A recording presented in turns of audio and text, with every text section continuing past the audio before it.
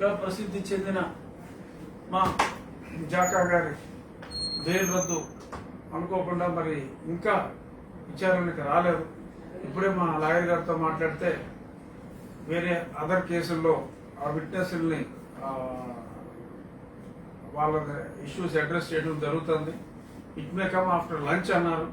So కాబట్టి ఆ వివరాలన్నీ ఎలాగో మీడియాలో రావచ్చు, రేపు మళ్ళీ మాట్లాడుకుందాం. ఇక ఒక ఇష్యూ నిన్న సోషల్ మీడియాలో బాగా హడావుడైంది, అది నేను చదివి వినిపిస్తాను. ఎవరో కేఎస్ రావు గారట, ఆయన పెట్టారది. ఇది వివేకానంద రెడ్డి గారి హత్య గురించి. రోడ్డు మీద వెళ్తుంటే ఎవరో గుద్ది వెళ్ళిపోయారు, ఎవరో తెలియటం లేదు అనుకుంటే అది ఓకే, కానీ ఇంటికొచ్చి గొడ్డలితో నరికి హత్య చేశారు. సరే, ఎవరు చేశారో తెలియదు అనుకుందాం. ఎవరో మర్డర్ చేస్తే మరి వీళ్ళెందుకు రక్తం తుడిచారు? మరి వీళ్ళెందుకు చనిపోయిన వ్యక్తికి కుట్లు వేశారు?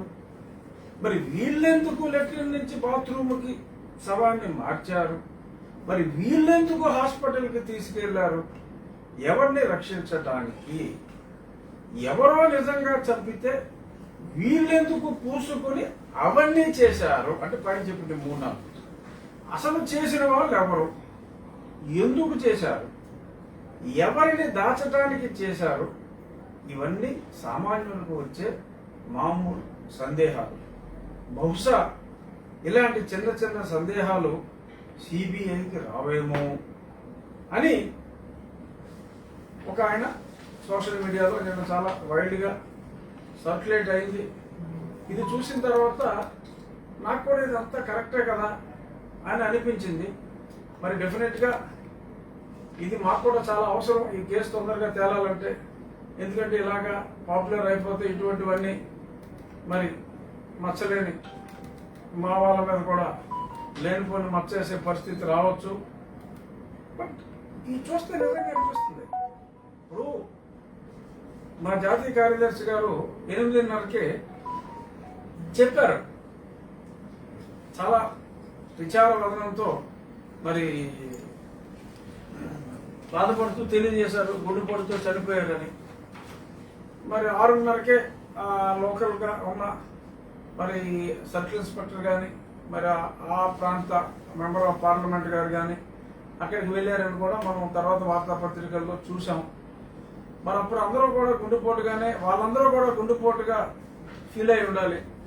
లేదంటే 8:30కి మా విజయసాయి రెడ్డి గారు గుండెపోటు అని చెప్పి అంత కడివెడు దుఃఖం కళ్ళలో పెట్టుకుని మాట్లాడవలసిన అవసరం లేదు. మరి సింపుల్గా అసలు వాళ్ళు రక్తం గోళ్ల మీద, సీలింగ్ మీద కూడా చెందితే తుడిచిన వ్యక్తులకి గుండెపోటు వస్తే గుండెల్లోంచి రక్తం వస్తుందని వాళ్ళు ఎలా అనుకున్నారు? ఇవన్నీ కూడా దానికి అంత సిబిఐ కూడా అక్కడ హెడ్ కానిస్టేబుల్ చాలు. బట్ మరి నిన్న వాళ్ళ పత్రికా ప్రకటన ఇచ్చిన తర్వాత మరి ఇటువంటివన్నీ కూడా బయటకు వస్తున్నాయి. సో కాబట్టి మా పార్టీలో ఉన్న పెద్దలు మేము నిష్కల్మషంగానే ఉన్నాం. కానీ మరి ఇటువంటి డౌట్ అనుమానాలన్నీ ప్రజల్లోకి వచ్చేస్తే లేనిపోని ఇబ్బందులు ఉంటాయి. So I demand, please ask mister Vijayasai Reddy who has prompted him, who had fed him with the information. ఎవరు చెప్పారు మా విజయసాయి రెడ్డి గారికి ఇది గుండెపోటు అని అనేది తెలుసుకోవాలి. సో ఫస్ట్ సిబిఐ వాళ్ళు వీళ్ళని ఎంక్వైరీ చేయకుండా ఏదో 5 లక్షల బహుమానం అని మరి పేపర్లో పబ్లిసిటీకి మళ్ళీ ఇంకొక 4-5 లక్షలు ఖర్చు పెట్టి ఈ రకంగా చేయటం అనేది అదంత సమంజసం కాదేమో అని ప్రతి ఒక్క వ్యక్తి ఫీల్ అవుతున్నాడు. సరే, నేను మీకు అందరికీ తెలిసిందే మరి క్రమశిక్షణ కలిగిన పార్టీ కార్యకర్తగా మరి మా పార్టీ జాతీయ కార్యదర్శి ఇటువంటి స్టేట్మెంట్ ఇచ్చి అక్కడ ఎవరో కూడా మరి ఇవన్నీ అసలు బ్లడ్ తుడిసింది ఎవరు, ఈ రకంగా అనుమానం వచ్చింది ఎవరికి? సరే, ఎవరైనా చంపుండొచ్చు, ఎవరైనా చంపించుండొచ్చు. బట్ ఆ స్పాట్లో ఉన్నప్పుడు ఈ రకంగా క్యామోఫ్లాష్ చేయవలసిన అవసరం ఎవరికి? అండ్ ఈ హత్య వలన ఎవరన్నా బెనిఫిట్ అయ్యారా? ఫైనాన్షియల్గా కానీ రాజకీయంగా కానీ ఎవరైనా బెనిఫిట్ అయ్యారా? ఎవరైనా బెనిఫిట్ అయితే ఎవరు బెనిఫిట్ అయ్యారు? అనే దిశగా కూడా there shall be an enquiry.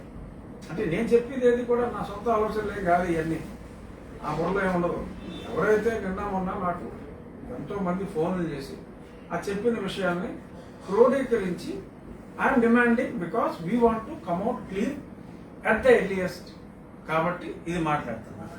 So ఇక ఈ వివేకానంద రెడ్డి గారి హత్య ఉదంతాన్ని కాసేపు పక్కన పెడితే, నిన్న ఈ మధ్యకాలంలో కొన్ని సర్వేలు చూశారు.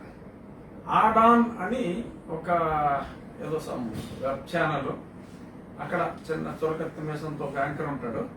మరో కోణం అని చెప్పి కొన్ని కోణాలు తీస్తూ ఉంటాడు అతను. ఈ సాక్షి దెబ్బకే చస్తున్నాం అనుకుంటే ఆత్మసాక్షి అని ఇంకొకటి బయలుదేరాడు ఎవడు సర్వే. అది సాక్షి కోసం చేస్తారో ఏంటో. ఆ సర్వే ఈ మరో కోణం వ్యక్తి, చురకత్తి మీసాల వ్యక్తి చదివాడు. సరే, చదివిన 10 నిమిషాల్లో 5 నిమిషాలు అడ్డు తిప్పి ఆ పర్పస్ ఏంటో అర్థమైంది. ఏంటంటే రఘురామకృష్ణరాజు అసలు కాన్స్టిట్యున్సీకి వెళ్ళలేదు, అసలు పార్లమెంట్లో అసలు అంతా మిథున్ రెడ్డి ఇలాంటి వాళ్ళు తప్ప అసలు ఇంకెవడో కూడా అక్కడ కనపడ్డా. Bloody fool! 54 times I spoke in the parliament. Are you not aware, Mr. Mesalo? You are not aware? Please check my parliament record. Look at my attendance. Look at how many people I had met. Look at how many questions I had put. అరే అన్నిట్లో వచ్చింది కదా, అన్ని సర్వేలో వచ్చింది కదా, PRS లో అన్నిట్లో I was the most spoken in the parliament అని. నేను అడ్రస్ చేయని ఇష్యూ లేదు. నువ్వు నీ కోణాలు, నీకు ఎవడ ఆత్మసాక్షిగా ఇచ్చిన సర్వేలు, నేను సర్వేలు చేయించా కానీ ఎందుకు లేని చెప్పి తీరా ఇప్పుడు దాకా. సరే, మీరు మా సాక్షిని, ఆత్మసాక్షిని, చెత్త చెదారం ఈ బ్యాచ్ అందరూ కూడా సర్వేలు తీశారు కాబట్టి నేను జస్ట్ మన అవుట్లైన్ చెప్పడానికి అవుట్లైనే చెప్తానే తీయవలసి వస్తుంది. ఇదే నర్సాపూర్లో మరి నేను నా నియోజకవర్గానికి వెళ్ళలేదన్నాం, వెళ్తానంట ఏదో వంకలు పెడుతున్నాడు రఘురామకృష్ణరాజు అని చెప్పి నోటుకు వచ్చినట్టు అందులో మాట్లాడావు. మరి అది కూడా ఆత్మసాక్షిగా రాశాడా లేకపోతే ఇది నీ సొంత పైత్యమా నాకు తెలియదు. నేను ఎందుకు నా నియోజకవర్గానికి వెళ్ళలేకపోతున్నాను అన్నది చెప్పా. నాకు జరిగింది ఏంటో చెప్పటానికి వీలు లేకుండా కొన్ని కోర్టు నియమ నిబంధనలు ఉన్నాయి కాబట్టి నాకేం జరిగిందో నేను మాట్లాడుతున్నా సంయమనం పాటించి. That doesn't mean paid artist like you can talk what ever rubbish you want to talk.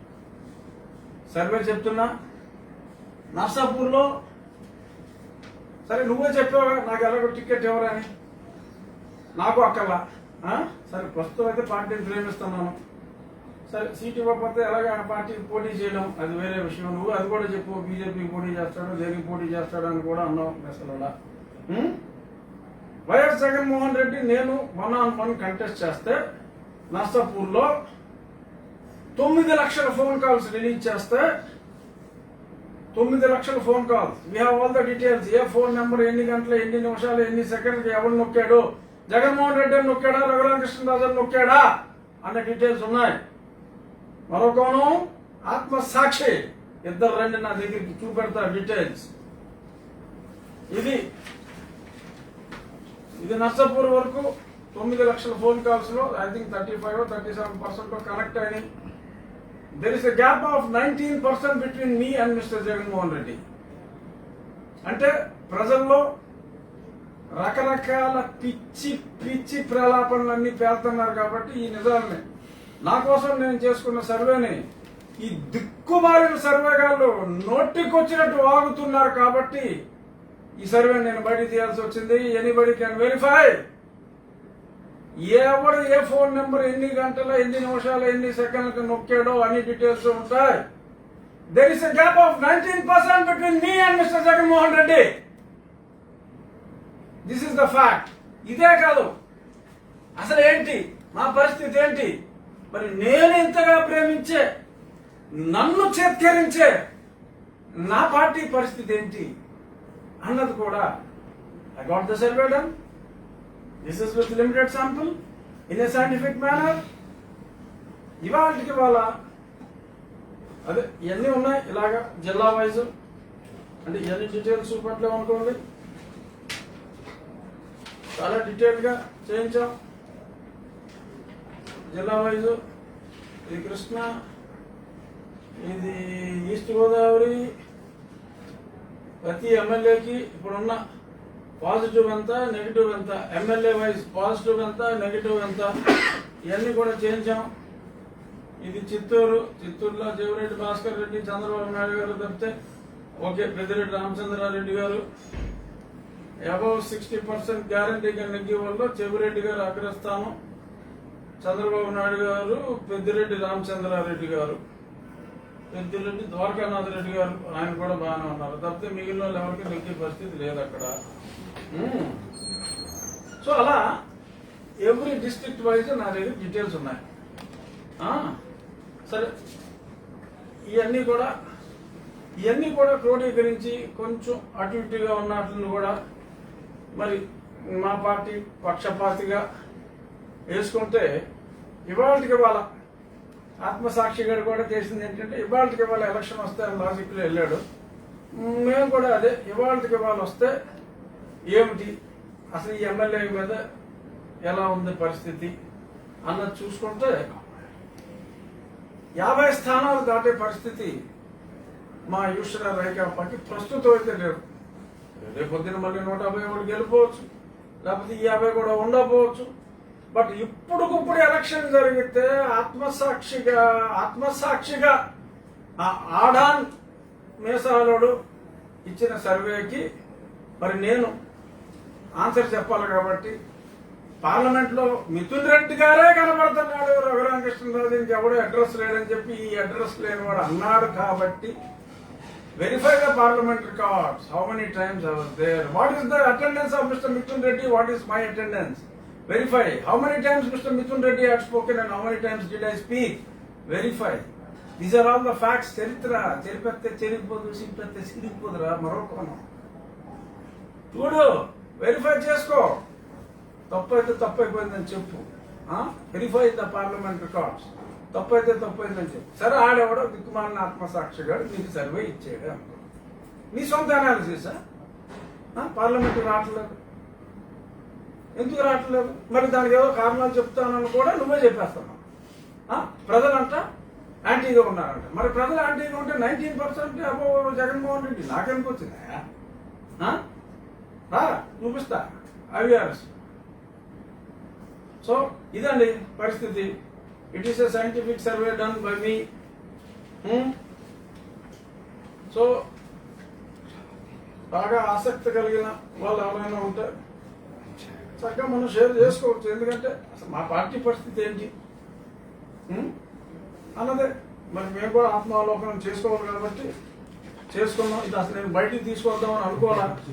కాకపోతే ఈ సాక్షులు, ఆత్మసాక్షులు మనస్సాక్షిని చంపుకుని చేస్తున్న దిక్కుమాలిన ప్రచారానికి అడ్డుకట్ట వేయటం కోసం మరి నిజందే చేయవలసి వచ్చింది. ఇదే కాదు, ఐవీఆర్ఎస్ లో ఇంకొన్ని కూడా చేయించాం. అది బయటికి తీసుకొస్తే అసలు బాగోదు, మరి బాగోదు. ఎందుకు సార్ మరి మీ పార్టీ ఇంత దిగజారిపోవడానికి వచ్చిన 2.5 తక్కువ మెంబర్స్ 50 సీట్లే గెలుచుకుంటారు? కారణం మరి ఏమని ఎమ్మెల్యేల మీద రియాక్షన్ ఇంకోట అన్నది చెప్పలేం. మరి నాకు తెలియదు. బట్ వ్యతిరేకత అయితే మరి పార్టీ వ్యతిరేకత అయి ఉండొచ్చు. కొన్ని చోట్ల ఎమ్మెల్యేలు ఎక్స్ట్రాడినరీగా ఉన్నారు కాబట్టి, ఫర్ ఎగ్జాంపుల్ మా జిల్లాలో, మా వెస్ట్ గోదావరిలో అయితే, సరే వెస్ట్ గోదావరి వరకు కొంచెం మాట్లాడదాం. వెస్ట్ గోదావరిలో గ్రంథి శ్రీనివాస్ ఆయన కంఫర్టబుల్గా పాజిటివిటీ రేటు 56% ఉంది. మరి ఆయనకి దగ్గరలో మా జిల్లాలో ఎవరు లేరు. అబౌవ్ 50 క్రాస్ అయింది ఆయన ఒక్కడే పాజిటివిటీలో. మరి కాస్త ఇబ్బంది లేని పరిస్థితుల్లో శ్రీనివాస నాయుడు గారని నిడదవలు ఆయన ఉన్నాడు. వనిత గారు కూడా పర్వాలా, కొంచెం బిలో 50 ఉన్నా పర్వాలా, ఇబ్బంది లేని పరిస్థితుల్లో. మరి మిగిలిన అందరూ కూడా మరి ఇబ్బందికర పరిస్థితుల్లోనే ఉన్నట్టు ఉంది మరి. సో అంచేత ఎనియో ఊరికే ఎగ్జాంపుల్గా చెప్పా. ఇది ground reality is different. This is the realistic survey. ఏదో మన పేపర్కి దగ్గరగా కొన్ని పేర్లు పెట్టుకుని వాళ్ళతోటి నోటుకు వచ్చిన సర్వేలు క్యాష్ కొట్టిన ఛానల్స్లో మీరు మాట్లాడేసుకుంటే మా ఊరు సర్వేలు చేయటం అది. తర్వాత లెక్కలు నిన్న పేపర్లో పెట్టా, నిన్న మీడియాకు కూడా ఇచ్చాను. ఏపీలో నాసిరకం మద్యం ప్రవాహం మీద కంప్లైంట్ ఇచ్చా మన్సుఖ్ మాండవియా గారికి, హెల్త్ మినిస్టర్ గారికి. వారు మొత్తం అన్ని శాంపుల్స్ టెస్ట్ చేయాలన్నాను. Because there is no maturation, minimum maturation లేదు. అసలు ఈ బ్రాండ్లు అసలు భారతదేశంలో ఎక్కడ ఉండవు, భారతదేశంలో ఉన్న ఏ బ్రాండ్ ఇక్కడ ఉండదు. ఇప్పుడు చూస్తే మరి సజ్జల రామకృష్ణారెడ్డి గారు సరే 1 వీక్ నుంచి మరి ఆయన అడ్రస్ లేడు, ఏంటో మరి ఏమైందో తెలియదు. మరి అప్పుడప్పుడు కొంతమందికి కొన్ని కార్యక్రమాలు జరుగుతూ ఉంటాయట. అలాంటి కార్యక్రమం ఏమైనా జరిగిందేమో కూడా మాకు తెలియదు. ఎనియో ఆయన మీద నేను వేసిన కేసు ఈ వారం వస్తుంది. ఆయన 2 పదవుల్లో ఏదో ఒక పదవే ఉండాలని చూద్దాం. బట్ మీరు అమర్ రాజా బ్యాటరీస్ పొల్యూషన్ గురించి మాట్లాడుతున్నారు, దానివలన శరీరానికి ఏమవుతుందని. అయ్యా, ఈ రాష్ట్రాన్ని నడిపించే మందుబాబులు ఆరోగ్యాన్ని, వారి లివర్లని అనునిత్యం ప్రతినిత్యం ఒక ఋత్విక్కులు నిర్వహించే క్రతువులాగా తాగుతూ మరి ఆర్థికంగా అంతంత మాత్రంగా ఎప్పుడు దీపం ఆరిపోతుందో తెలియని రెపరెపలాడుతున్న ఈ ఆర్థిక వ్యవస్థని అవస్థల నుంచి తప్పించడానికి వారి లివర్ని పణంగా పెట్టి ఆ తాగుతున్న ఆ మహానుభావుల లివర్ ఫంక్షనింగ్ టెస్టులు మీరు చేస్తే మన మద్యం వలన అసలు ఎన్ని కోట్ల మంది లివర్లో ష్రింక్ అయిపోతున్నాయి. అక్కడ లడ్డు వలన అసలు ఎంతమందికి ఏమాత్రం ఇబ్బంది వచ్చింది అనేది కూడా చూస్తే మరి ఈ డిస్టిలరీస్ లేకపోతే మనం తయారు చేసే ఈ చెత్త బ్రాండ్లు అన్నీ మూసేయవలసి వస్తుందేమో అని కూడా అనిపిస్తుంది. మరి చూద్దాం, మరి కేంద్ర ప్రభుత్వం ఎప్పుడు శాంపుల్స్ ఇస్తుందో, మనం ఎటువంటి శాంపుల్స్ ఇస్తామో ఇవన్నీ కూడా మనం జాగ్రత్తగా చూడాలి. ఇక చాలా ఇష్యూలు ఉన్నాయి, హౌసింగ్ ఇష్యూస్ అన్ని రేపు మాట్లాడుకోవచ్చు. బట్ ఇంకొక మేజర్ ఇష్యూ ఏంటంటే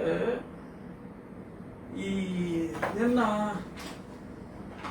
ఈ పేపర్లో ఇవాళ మా సాక్షి పేపర్ చూసినా ఇంకా వేరే ఏ పేపర్ చూసినా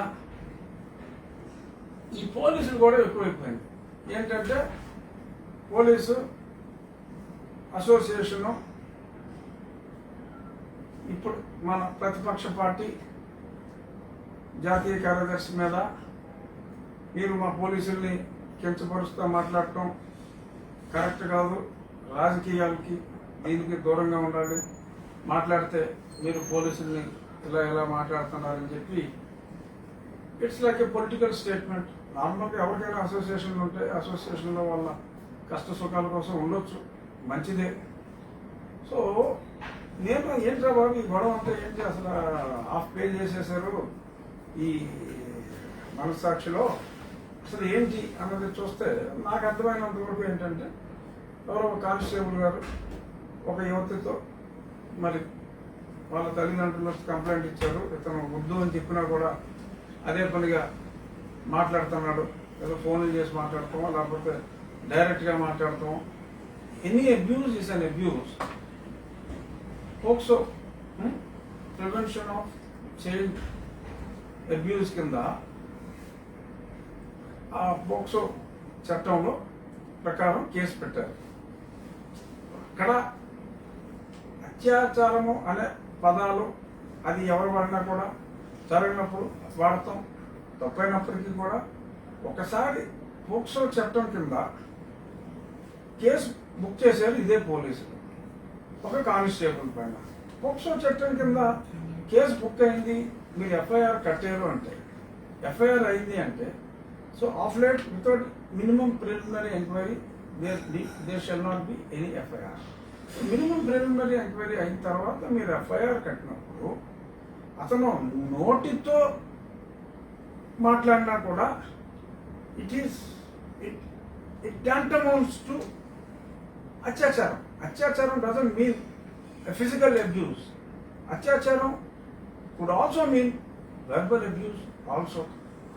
సో ఇక్కడ వెర్బల్ అబ్యూస్ అన్నారా ఇంకోటి అన్నారా అన్నది పక్కన పెడితే పోలీస్ ఈ రకంగా పొలిటీషియన్స్కి మీ డ్యూటీ మీరు చేయండి my dear police. We respect you and we also expect respect from the police. So me respect ఎలా ఉంటుందో ఇప్పుడున్న పరిస్థితుల్లో నేను మాట్లాడను, కొన్ని రెస్ట్రిక్షన్స్ ఉన్నాయి కాబట్టి. బట్ మాట్లాడవలసిన సమయం ఆసనమైనప్పుడు అది కూడా మాట్లాడుకోవచ్చు. Please, my appeal to the police. Yesterday your association has made an appeal to the politicians to be in our limits. Okay, it would have got addressed to one particular politician. But as a politician, I am also suggesting you, my dear police, you must also be in your limits. You must also should be in your limits. మా వ్యవస్థని మేము సరి చేసుకుంటాం, మా రాజకీయ వ్యవస్థని. మా రాజకీయ వ్యవస్థ ఎలా ఉండాలో మీరు చెప్పాల్సిన అవసరం లేదు. అలాగే మీ పోలీసు వ్యవస్థ ఎలా ఉండాలో మేము చెప్పాల్సిన అవసరం కూడా మాకు లేదు. కానీ ఈ పరిస్థితి మీరు తీసుకొచ్చారు. సో దానికి ఒక పర్టికులర్ పార్టీకి సంబంధించిన, అఫ్కోర్స్ ఆ పార్టీకి సంబంధించిన పేపర్లో చాలా ఎక్కువ స్పేస్ ఇచ్చి రాశారు కాబట్టి చెప్తున్నా. Yes, we know our limitations. We also know acts. You also should be in your limitations. మీ అసోసియేషన్ మీ కష్టాల కోసం పెట్టుకున్న అసోసియేషన్ నుంచి ఒక కానిస్టేబుల్ మీద మీరే కేసు రిజిస్టర్ చేసి, మరి కేసు ఎందుకు రిజిస్టర్ చేశారు? If you has not done any mistake. Okay, so అక్కడ ఒక మిస్టేక్ ఉంది కాబట్టి మేబీ అత్యాచారం ఇస్ అన్ అత్యాచారం. But okay, taking the name, you have come up with some other argument. Yes, taking the name is incorrect. But you can't give us warning what to talk and what not to talk. It's incorrect. Like how I cannot give warning to you. You cannot give warning to me. Me in the sense, not Mr. Raghu, as a politician, because you have addressed the political community. That is the mistake. And ఈ సందర్భంగా కాదు, ఇటువంటి సిచ్యువేషన్లో ఎక్కడైతే ఒక ముగ్గురు మరి మా పార్టీ వాళ్ళని మిమిక్రీ ఆర్టిస్టులు వేధిస్తున్నారో, మరి దానికి శ్రీమతి వాసిరెడ్డి పద్మ గారు మహిళా కమిషన్ చైర్పర్సన్ చాలా చక్కగా స్పందించారు. నేను డిమాండ్ చేసినట్టుగానే వారు కూడా ఇమ్మీడియట్గా ఆ కేసు రిజిస్టర్ చేసి చర్యలు తీసుకుంటానన్నారు. సో దానికి I wholeheartedly am appreciating. ఎందుకంటే మా పార్టీ పరువుని కాపాడటానికి, అసలైన మిమిక్రీ ఆర్టిస్టుని పట్టుకోవడానికి, ఎందుకంటే మహిళలకి అన్యాయం జరిగింది కాబట్టి ఆ మహిళల తరఫున it is like a civil కోర్టుకున్న అధికారాలన్నీ కూడా ఈ పర్టికులర్ మహిళా కమిషన్కి ఉన్నాయి కాబట్టి. బట్ ఇక్కడ ఒక చిన్న సూచన ఏమిటంటే, she's like a government employee.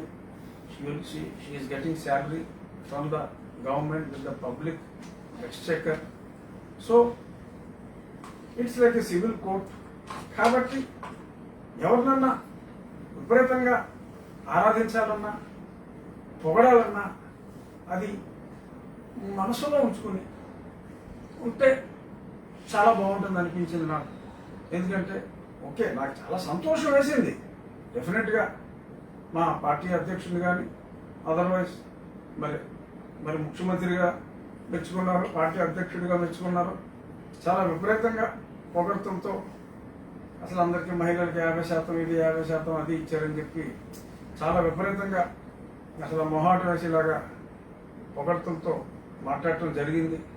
డెఫినెట్గా యాజ్ ఎ పొలిటీషియన్ నేను పొగుడుకోవచ్చు, ఎవరైనా పొగుడుకోవచ్చు.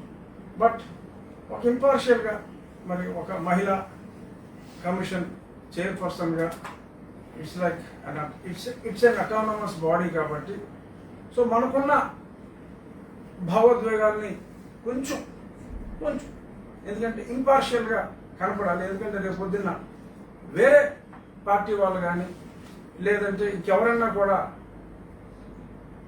నాకు ఇబ్బంది కలిగిందని రావాలంటే వారికి కొంత ఇబ్బంది కలిగే ప్రమాదం ఉందేమో అని నాకు అనిపించింది. So I'm wholeheartedly appreciating your concern about those 3 అని అడుగు పట్టుకోపోయిన అమ్మాయి కానీ, అరగంట ఆహ్వానం అని కంప్లైంట్ ఇచ్చిన అమ్మాయి కానీ, ఇంకా ఎక్స్ట్రా ఏమేమి చేయగలరు అని చెప్పి అడిగించుకున్న అమ్మాయి కానీ, ఆ 3 ఇష్యూస్ అడ్రస్ చేసి ఇమ్మీడియట్గా నిర్దోషులైన మా పార్టీకి చెందిన ప్రముఖ నాయకులైన పృథ్వీరాజ్ గారిని, రాంబాబు గారిని, శ్రీనివాస్ గారిని త్వరగా ఈ నిబంధనల నుంచి బయట వేయాలని కోరుకుంటూ, some important issues like houses and so many other issues are there that we will discuss tomorrow along with మా జాతీయ కార్యదర్శి గారి బెయిల్ రద్దు పిటిషన్ ఏమైంది, ఏమవచ్చు, ఇటువంటివి ఇవన్నీ కూడా రేపు 1 o'clock again we will meet. Please do subscribe Myra Media. Please subscribe Myra Media. Subscribe to Myra Media. Please like, share and subscribe to Myra Media for lot of film news, gossips and hot news. Please like, share and subscribe to Myra Media. For more interesting updates, please subscribe to Myra Media YouTube channel. For more updates, please subscribe to Myra Media. So like, share and subscribe to Myra Media.